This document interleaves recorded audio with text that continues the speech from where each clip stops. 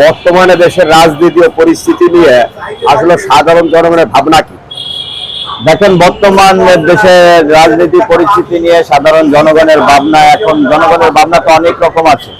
ধরেন, যেমন স্বাধীনতার পক্ষে যে দলগুলো ছিল তাদের ভিতরে মনে করেন এখন একটি দল নির্বাচনে অংশ নিচ্ছে, এছাড়া বিকল্প যে দলগুলো ছিল তারা নির্বাচনে অংশগ্রহণ করতে পারছে না, তাদেরকে নিষিদ্ধ করে রেখেছে। দেখেন, নিষিদ্ধ যে দলটি করেছে ওই দলটি ছিল বাংলাদেশের ইতিহাসে শ্রেষ্ঠ নায়কের দল, যিনি ছিলেন বঙ্গবন্ধু শেখ মুজিবুর রহমান।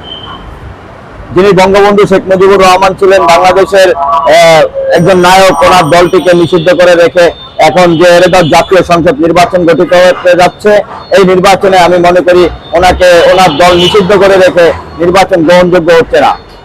এখন ওনার দলকে নির্বাচনে আসার সুযোগ করে দিতে হলে, নির্বাচন গ্রহণযোগ্য দেখাতে হলে জাতির যেহেতু সবাই ভোট দিতে পারে সেই ব্যবস্থা করার জন্য বিশেষভাবে আমি আহ্বান জানাচ্ছি। বাংলাদেশ আওয়ামী লীগ তো নিষিদ্ধ হওয়ার পরে এখন মোটামুটি যে সব নতুন এই যে 24শে জুলাইয়ের পরে যে সকল দলের জন্ম হয়েছে তাদের নিবন্ধন হয়েছে, নাহলে 100 মতো দল আছে, সেখানে আওয়ামী লীগ নাই এবং বিএনপি সহ জাতীয় পার্টি এইখানে অংশগ্রহণ করেছে। আসলে হা না ভোট একসাথে কিভাবে এটা আপনারা দেখেন?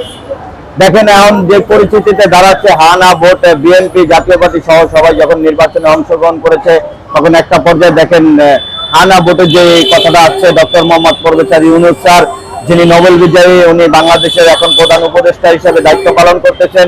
উনি দেখেন পারিশ্রমিক রক্ষা না করে উনি নিজেদের মতো করে দেখেন হা ভোটের পক্ষে ভোট চাচ্ছে। এটাতে আমি মনে করি জাতীয় যে হা না ভোট, এটা পারিশ্রমিক অনিয়ম হয়ে পড়েছে। দেখুন, উনি প্রধান উপদেষ্টা হয়ে নিরপেক্ষ দায়িত্ব পালন করার ক্ষেত্রে উনি একটা পক্ষের হয়ে, জুলাই যোদ্ধাদের পক্ষে হয়ে উনি হা ভোটের পক্ষে ভোট চাচ্ছেন। সরকারি স্থাপনাগুলো হা ভোটের পক্ষে ভোট চাচ্ছেন। যদি দেশের ভোটাররাও এখন না ভোট দিতে যায়, যদি জোর করে তাদেরকে হা ভোট দিতে হয়, তাহলে ভোটাররা কেন ভোট কেন্দ্রে যাবে, কেন ভোট দিতে যাবে? অনেক ভোটাররা রয়েছে যারা উৎসবমুখী, নাতে ভোট দিবে, আবার তাদের পুনরায় শেখ হাসিনাকে বাংলাদেশে দেখবে, বাংলাদেশের আওয়ামী লীগের নেতৃত্ব দেখবে, এই আশা নিয়ে তারা নাতে ভোট দিতে যাবে। তখন দেখেন নাতে ভোট দিতে পারবে না, তারা জোর করে হাতে ভোট দেওয়া হবে। এই জন্য আমি বলতে চাই বাংলাদেশের আওয়ামী লীগের নেতাকর্মীর বিষয় যে তোমরা কেউ ভোট কেন্দ্রে যাবে না, ভোট দেওয়ার দরকার নেই। আমাদের মার্কা মাত্র একবারের জন্য নাই, আগামী দিন এমন একটা সময় আসবে তখন এই নৌকায় মাঠে দৌড়াবে, অন্য কোনো মার্কা থাকবে না।